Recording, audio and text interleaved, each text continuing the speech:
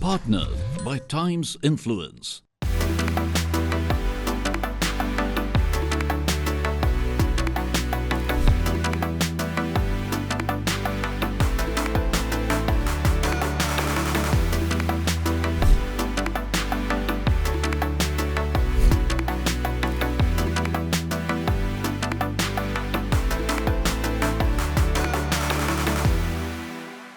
Welcome to Bingenomics, a partnership between ZEE5 and etbrandequity.com. Today's focus is a very important one in our journey so far on discussing content and, of course, the various platforms so far as television or OTT and, of course, online goes. We're putting our spotlight on the importance of safety. How are brands and platforms ensuring that they up the level of safety for the consumer experience, for the audience engagement, for the audience experience, and not let troll-worthy content interfere with the experience of users? Just what is the role each of the constituents in delivering a good experience to consumers have to play? I've got three very special guests on the show today. I've got Sandeep Goyal, chairman of Moge Media, Ashish Karnad, executive director at Nielsen, and I've got Aparna Achrekar, programming head at ZEE5. Thank you all for joining us. Sandeep, I'll first come to you for your opening take. In a world where user-generated content is a big piece, how important is it to keep a close watch on brand safety? Internet Advertising Bureau, the IAB, actually defines brand safety as keeping a brand's reputation safe when it advertises online. Now, on the face of it, it seems like a very, very simplistic kind of an explanation. But, you talked about user-generated content and so on and so forth. But I think most advertisers quite miss the piece, because it's brand safety is not just about user-generated content and trolls and so on and so forth. I think it starts at a prima facie level first at the algorithms which today kind of inundate the internet. You could have your ad or even your brand placed in a completely different context from what you intended it to be. So somewhere in this discussion, I will talk about algorithms as opposed to algorithms. Then there is this whole context of how your brand could inadvertently get placed in a fake news context. Now, that is a very, very big danger. Your brand could also somehow meander into extremist sites because you think you're using programmatic advertising and you don't really know where it is headed. Then there is the danger of bot traffic. There's 25% of all traffic today on the internet are all bad bots. So I think the user-generated content and the trolls are a much, much more controllable, force, as opposed to a lot of these lurking dark, evils, which we are not even fully aware of as brand managers or, the holders of content. Okay, I think, Ashish, to bring you in, what is the role of technology in all of this, in sort of acting as a deterrent and playing a critical role in, let's say, avoiding these bots that, Sandeep talked about? Some of the things that Sandeep just mentioned about, you might end up going to a fake news site. You might end up going into a place where, it's talking about a pornographic site, or your ad might appear next to a news which is very negative and you don't want it to be there. For example, an airline would never want, its ad to come next to an airline crash news.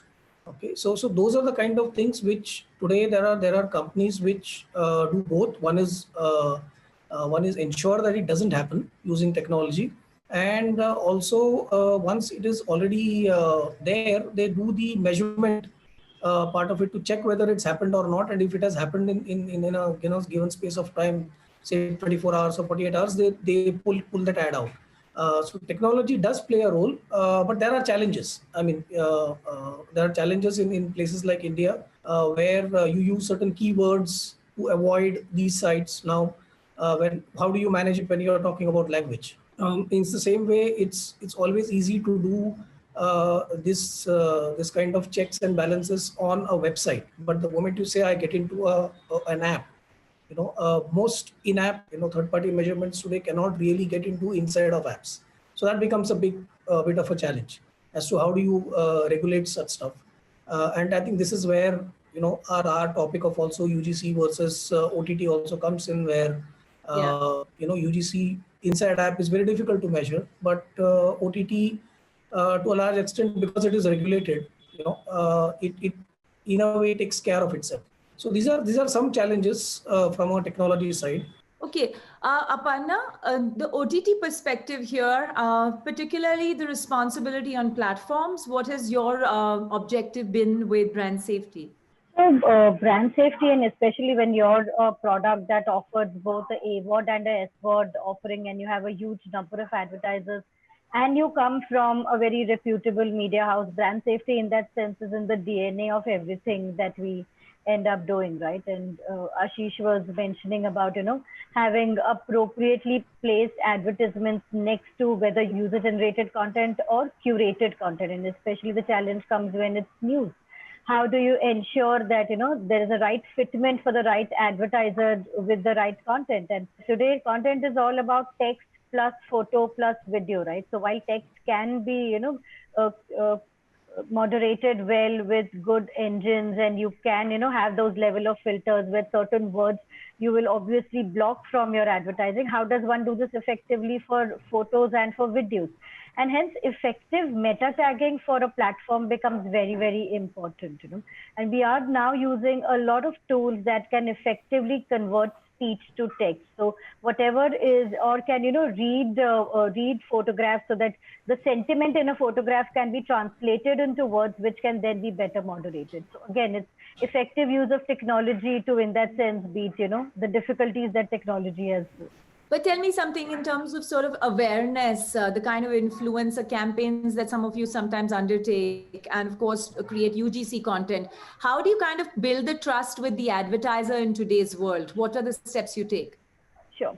So for both OTT platforms as well as UGC platforms, and you're aware we have a HIPPY within ZEE5, right, which is the short form content, the hyper short content proposition within ZEE5.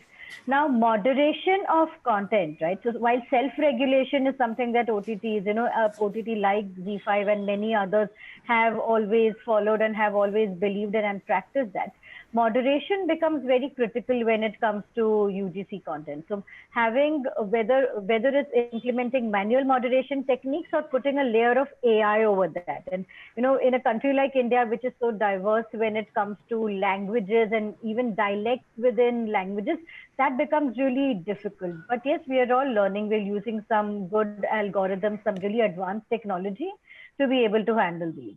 Sandeep, how do you see the entire perspective as far as sentiment analysis goes? Do you think that brands follow consumer and social media sentiment, or is it vice versa?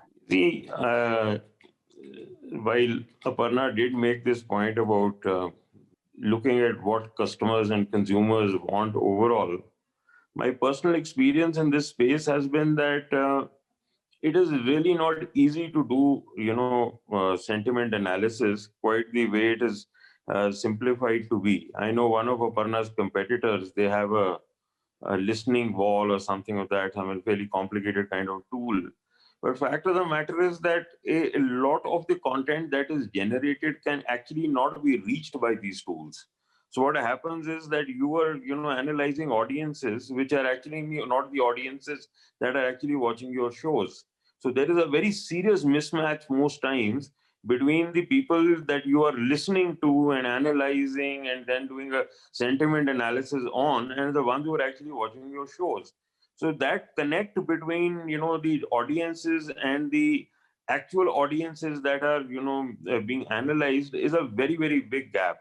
I don't know if Aparna's, company or team has actually more advanced tools, but I've been working in this space now for more than 10 years. And I believe the onset of programmatic has actually complicated the proposition. It hasn't really simplified it. So maybe Aparna can actually shed more light on it. But my personal belief is that, this bit about whether it is user-generated content being analyzed or sentiment being analyzed, you most times end up generating a lot of data, looking at a lot of data, even analyzing a lot of data. but that data actually does not reflect the actual people who are watching the shows. I mean, I know, for example, let OTT be a different thing, but GEC, I mean, the women who watch most of the GEC programs are actually not on social media. So I don't know how are you going to connect the people who are watching the shows and are actually on social media, because the ones who are trolling are not actually watching the shows, and the ones who are watching the shows are not actually don't even know what trolling is all about. So there is a serious disconnect there. I mean, we try to simplify these things most times, but that is not actually the reality. I think that point is very well made, Sandeep. Aparna, would you like to react to that? Sure. So while Sandeep does make a pertinent point, but that is what is available to us are some of the most effective tools that can possibly give us some sample data, right? Because you don't want a small matchstick to ignite a huge fire, right? So if there is sentiment that you can pick up from a small thing that is happening, or a consumer sentiment, and even if it's only a couple talking about it now, given thanks to social, this can just turn into a wildfire in a matter of hours. So it actually helps you to be able to at least be on top of what your consumer is saying. So yes, it's kind of is a double-edged sword, but can be used effectively. But I want to make a point here. I've been just in this business far too long, but we used to when we used to do a lot of research on cigarettes, and cigarettes has always been a negative category. And one of the things that they used to say is, when you do all the qualitative research and you bring in all the groups and so on and so forth, the guys who talk the most are the ones who smoke the least. The guy who's actually consuming 4 packets a day is such an introvert, he doesn't even say anything. And he's sitting in one corner and sulking and doesn't say anything in the group. And the guy who smokes 2 cigarettes in a day is making all the noise. So you capture all what he says is sentiment, and then you make all the decision making based on those 2 cigarettes a day. And the guy who should be buying 4 packets is actually largely ignored. I think in many ways, today, most of the sentiment analysis, despite whatever tools you talk about, still has a very long way to go. Ashish, to bring you in now, as brands continue to do what they do in the current scenario, irrespective of the concerns that Aparna and Sandeep mentioned, what are the tools they have in hand when it comes to making selection for the platforms they want to choose? First of all, let me say that not all brands, and I'm sure Aparna will probably bail me out here, is that not all brands are at the same level of understanding, okay, when it comes to brand safety.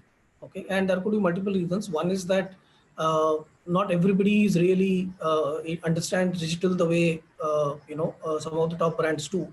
So most of the top brands will really understand the importance of brand safety and take all the measures that are needed. But there are a lot of brands which probably are onto digital because today it's a in thing. It costs you lesser. So I'm there and my brand is being advertised. So they really don't care too much about it. Okay.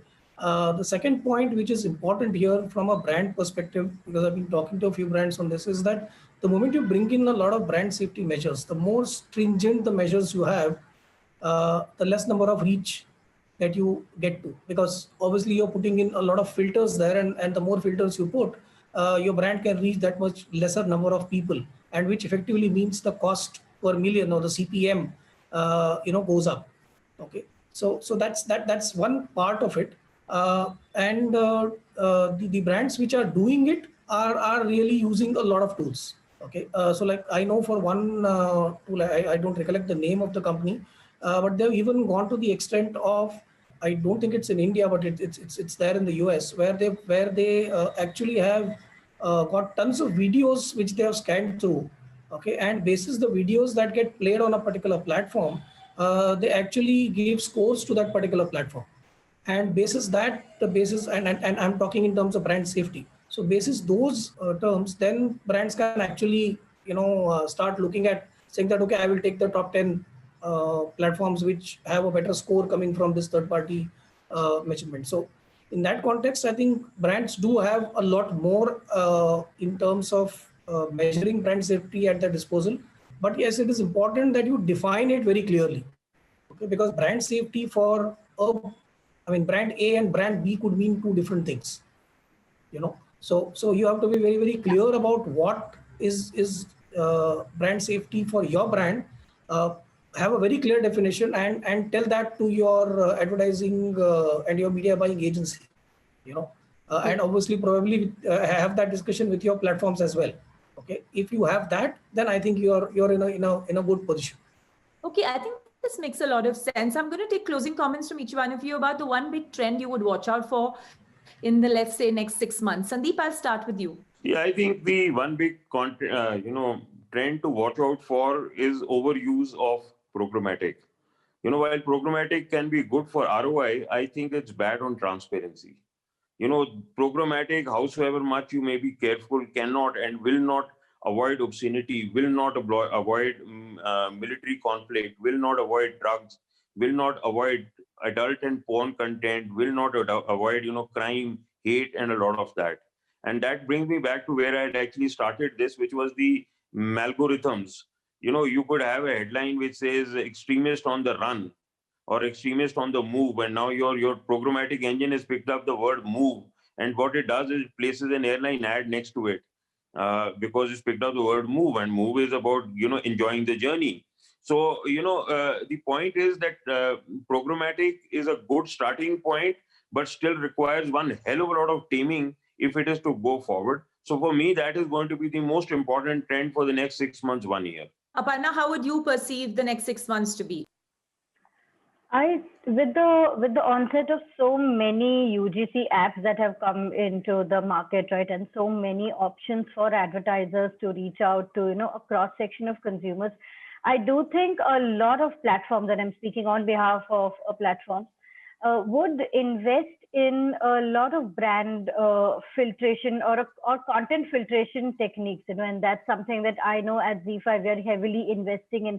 How do what are the tools, techniques that you can apply to make this place a lot safer for advertisers and for a cross section of advertisers? Because our vision is to be able to make this app accessible to a cross section of consumers across age groups. So especially if you have children creating UGC, or you have, or you have audience who may have sensitivities as such associated with it. So how do you make these as safe places? So I think a lot of brands and a lot of platforms will invest in creating, bettering their technology around that. Ashish, it's over to you.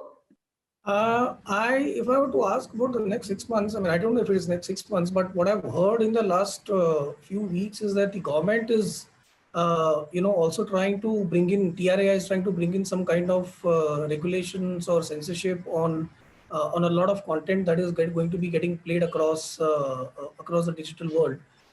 I guess this is early stages, but if that happens, then what Aparna just said is going to be the most critical thing for every platform to do.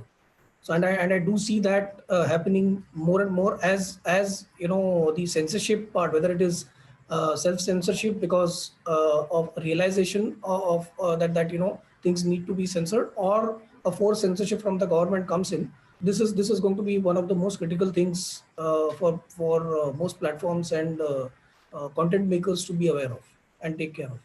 Okay, I think, our guests here have made very specific, very focused points on an issue that is core, not just for those creating content, but those who are advertising and keeping their brand trust in a platform. Thank you both, gentlemen, and Aparna for joining us. Bingenomics has been actually trying to deep dive into storytelling, content, the digital changes that we're seeing in the post-pandemic world or the pandemic world, and keeping an eye on the various dynamic pieces in the advertising marketing space. I appreciate you all joining us. Thanks so much.